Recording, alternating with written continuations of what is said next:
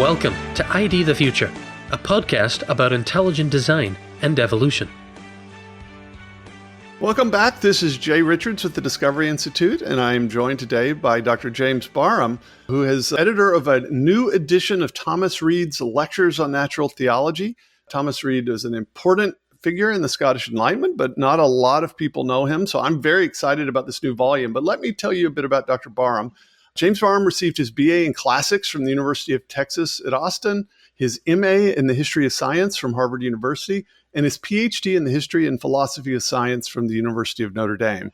For those of you that listen frequently to ID the Future, you will be very interested in the title of his doctoral dissertation, which was Teleological Realism in Biology, which argued that immanent teleology, value, and agency are real things. They're objective realities in living systems. Barham's currently editor-in-chief of influencerpublishers.com. He's working on a book called The Emergence of Freedom, The Sciences and the Human Spirit After Darwin, which he promises will offer a comprehensive refutation of scientism. Much of his work is accessible for free download at jamesbarham.com. Now, with that background, let's turn to this new edition of Thomas Reid's Lectures on Theology. But first, James, thanks for joining me today. My pleasure, Jay. Well, so tell me a little bit about this. For people that don't know Reid, let's really start with him. Who was Thomas Reid? Well, Thomas Reid, as you already mentioned, was a Scottish philosopher, one of the leading lights of the great Scottish Enlightenment. He lived from 1710 until 1796. He was friends, or at least corresponded with, all the other major figures, David Hume, Adam Smith, Adam Ferguson. Francis Hutcheson is a somewhat earlier member of that same group. Just an incredibly outstanding group of thinkers that appeared on the scene in Scotland in the 18th century. Surprisingly enough, such a small country has really contributed to the history of philosophy out of all proportion to its size. Reid was ordained a Presbyterian minister. He only practiced the ministry for a short time. He was interested in pursuing an academic career. His best-known book is probably his Inquiry into the Human Mind on the Principles of Common Sense, which came out in 1764, which is the same year that Adam Smith stepped down from the chair of moral philosophy at the University of Glasgow, and Reid was invited to take over that chair. So he spent basically the rest of his career at the University of Glasgow. He retired, I think, about a decade before he died, in order to concentrate on his writing. But basically, he was a professor for the bulk of his life. One thing that I really feel strongly about Reid that makes him so attractive, many of the English philosophers are far more readable than say, their German counterparts. Right. But Reid is among the most readable in the history of English philosophy. Almost anyone could sit down with a volume of Reid and enjoy it. He had this unique philosophical temperament, I think. It was equal parts analytical acumen. He was a very careful thinker, but at the same time, he had a knowledge of traditional philosophy, the ancient and medieval philosophy that was beginning to be forgotten by his time. And then on top of that, he had this respect for common sense, for the everyday experience of the average person. So I have always enjoyed, I'm not a Reid scholar per se, but I've always enjoyed my whole life dipping into his work, seeing what he had to say on this, that, or the other subject. And it just never fails to enlighten. Well, and it's sad that, he's not better known. American listeners, some of them have heard of the Princeton Theology, which was the early founders, first of Princeton University and then Princeton Theological Seminary, who were strong proponents of the common sense philosophy that Reid came to be associated with. And yet he's not, of course, nearly as well known, certainly as Smith or of Hume, but I think he deserves to be better known, which is why I'm excited about this new edition. But tell us about his lectures on natural theology. What are these? Well, one of the manifestations of the very recent renaissance, really, of interest in Reid, I'm happy to say, is a collection of his collected works that has been published recently. And unfortunately, there's nothing on religion in them. He never completed an original treatise on the topics covered by this book that we're discussing. So what are the lectures on natural theology if they're not a book written by Thomas Reid? What they are student notes. He gave a series of lectures as the chair of moral philosophy at the University of Glasgow from 1779 to 1780 is the year, the academic year in question here. And he covered many, many topics. But in the spring, February and March of 1780, he covered natural theology, and he calls it, that is the title that he gives to it. And what I have edited, together with Jake Akins, is a set of notes taken by one of Reid's students, a fellow named George Baird, not otherwise known. I mean, you might think, well, how does that work? Surely student notes are not very helpful. Well, it's interesting. Apparently, at that time, it was commonplace for students to take shorthand notes of the lectures, then go back home and write them out carefully in longhand form and actually share them around to their friends and actually put them up for sale, because professors tended to give the same lectures year after year. Okay. So you could make a little money on the side as a student by selling these notes. And that's what we have. The manuscript that I dealt with was produced by George Baird, but it's all based on his careful notes that he took from listening to Reid lecture at the front of the room. So it's very close to Reid's own thinking. I think it's safe to say. And so this explains why they're called lectures. And of course, I mean, this is what we have of Aristotle's works, or essentially lecture notes. That's so that's an illustrious company. Although I will say that Reid's a little easier to read than Aristotle. Thank goodness. Yes, that's for sure. Or Hume, for that matter.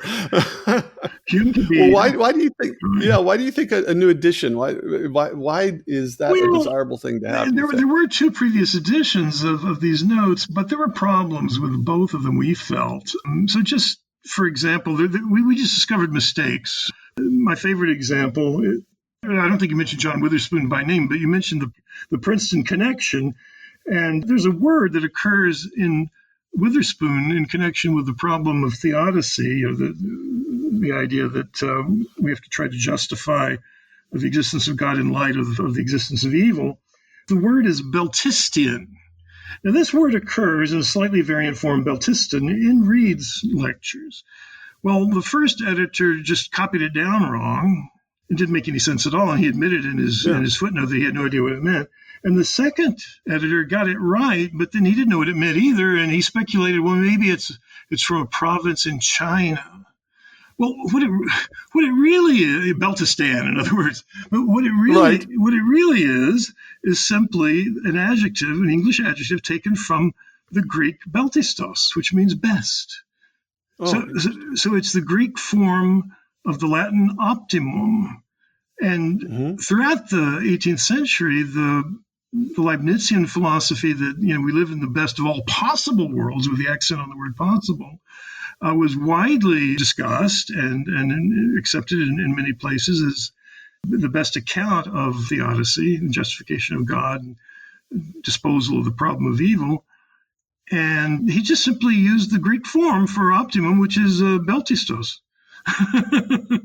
And so he's using a somewhat obscure that's only an example, but there are other examples too. I mean, but I won't go into that. But also, one other thing, not just to make fun of the previous editors. I mean, they did very careful work. So please, let me stress that I have the greatest respect for both of the previous editors. But their work, in both cases, is clearly aimed at a scholarly audience, and we wanted to do an edition that was more aimed at a general audience to make it more user-friendly. And Reid could simply assume a vastly higher level of education among his undergraduates than we can assume among our undergraduates today, for a variety of reasons.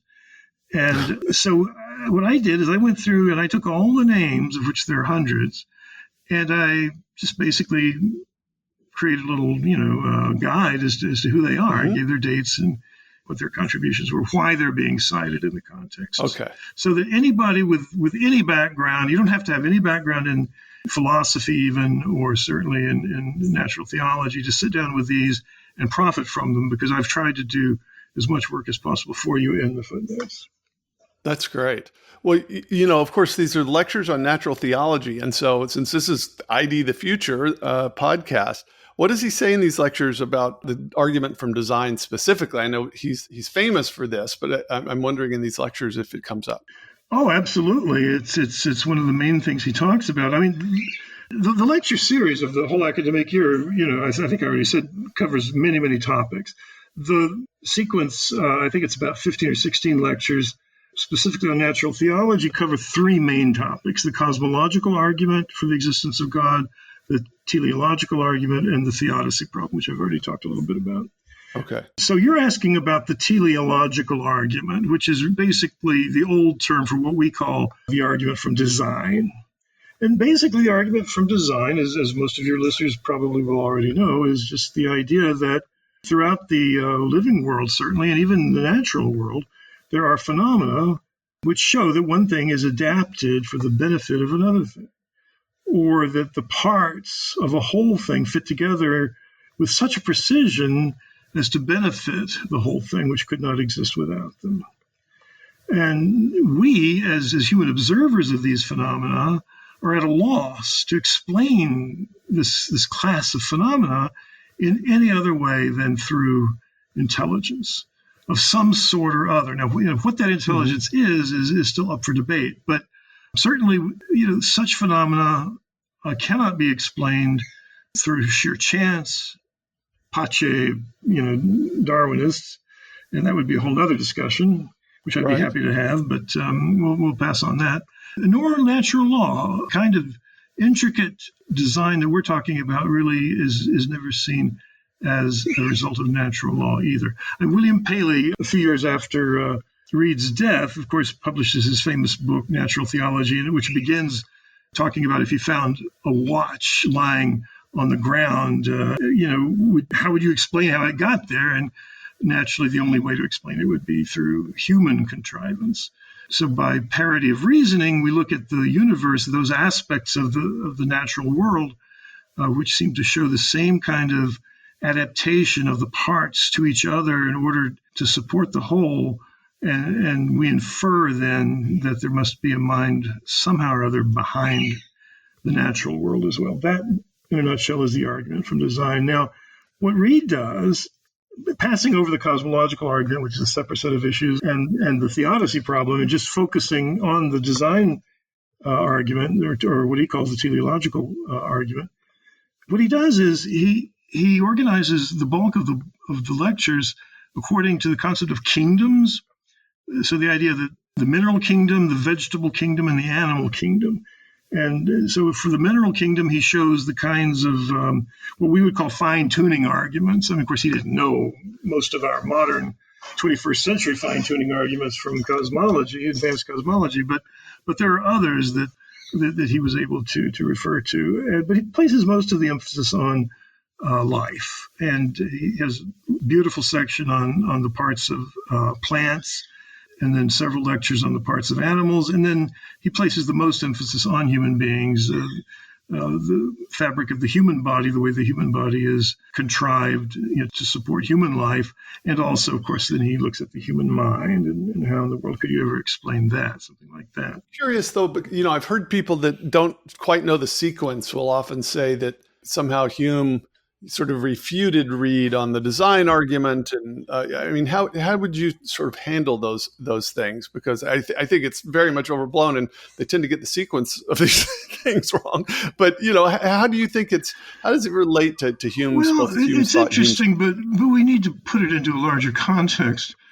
I don't think Reid felt extraordinarily threatened by Hume, because frankly, at the time, I don't think a lot of people took Hume that seriously. Reid himself mentions the fact that the argument from design is very ancient. It goes back to Plato. You can find it in the Timaeus, the way the demiurge is active in the Timaeus. You can find it in Cicero on the nature of the gods. You can find it in the Church Fathers. Reid himself is planning out his lectures and following fairly closely the plan made by Francis Hutcheson in his Synopsis of Metaphysics from 1742. So I think the first thing to say is that Reid felt that he had the weight of opinion on his side. The second thing to say is that Hume's main discussion, in the dialogues concerning natural religion, had only just come out. Hume died in 1776, and he didn't dare publish this book in his lifetime, or his friends prevailed upon him not to, actually. And 3 years after his death, it did come out in 1779. Now, Reid had definitely read it because he refers to it, to a posthumous edition, book by the late Mr. Hume. But he does not delve into it deeply. He doesn't try to answer specific issues raised by the Philo character, who was the skeptic in the dialogues.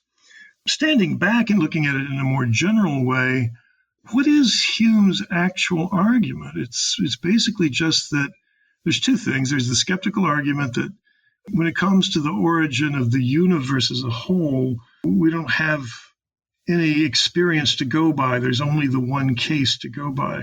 And there are passages in the Reid lectures where Reid dismisses that type of skeptical argument. And this is where he brings in common sense. He says, first of all, there are cases that are analogous to the case of the whole, where the parts are supporting the whole, and the analogy does appear to hold. And secondly, there are cases where all you need is one exposure to a phenomenon to see for yourself, just through your native equipment, your innate human capacity to know that this thing must be designed, or intelligence of some sort must be the explanation. So he simply doesn't take Hume seriously. The other thing I find personally interesting is that Hume, he's one of the first to kind of highlight the issue of there being a principle of growth and order that's innate to the cosmos, that's distinct from the kinds of laws that Newton describes, that transcend mechanical laws. Now, Hume discusses this in several different places, and the exact meaning of this is perhaps disputable, but it seems to me that one might argue that he's gesturing towards some kind of self-organizational principles, which are talked about so much today. So that you could potentially put Hume in conversation with Reid in the context of immanent teleology versus transcendent teleology in today's ID terms. Although Reid, of course, doesn't do that because, like I said, it's just not on his radar. Hume is a skeptic, and Reid in general feels that common sense trumps philosophical skepticism.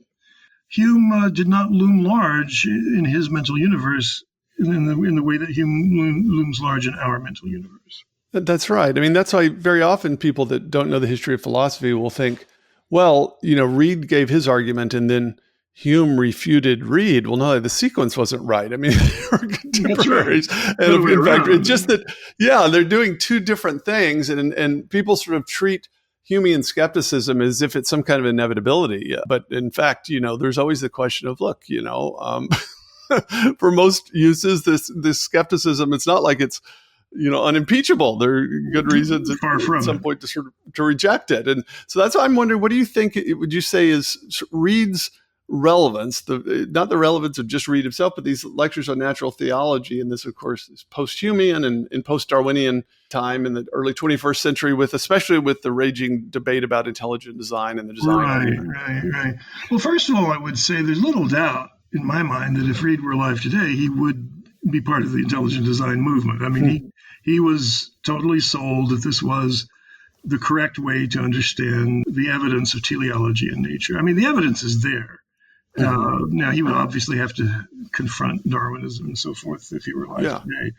But at the end of the day, the argument still boils down to one that you can find in Cicero, that a hog rooting around in the earth is not going to be able to create Virgil's Aeneid. I forget exactly how it goes, that metaphor. But Reid is just convinced that that's true. And actually, it is the common sense view that in order to understand, if you believe that the appearance of teleology in nature, especially in living nature, is objectively real and not just a projection of the human mind, then you have to believe that intelligence was involved in some way or other in bringing that about, because chance and law and any combination of the two just are insufficient explanatory factors to give any kind of a real in-depth scientific explanation to the phenomena that we observe, the observable phenomena.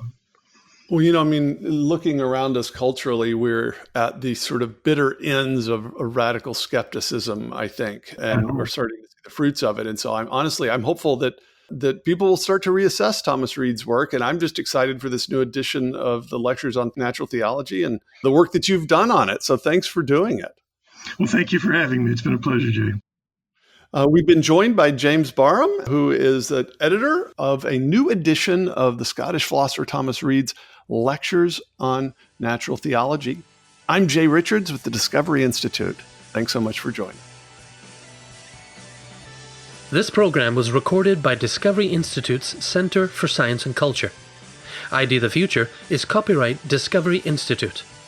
For more information, visit intelligentdesign.org and idthefuture.com.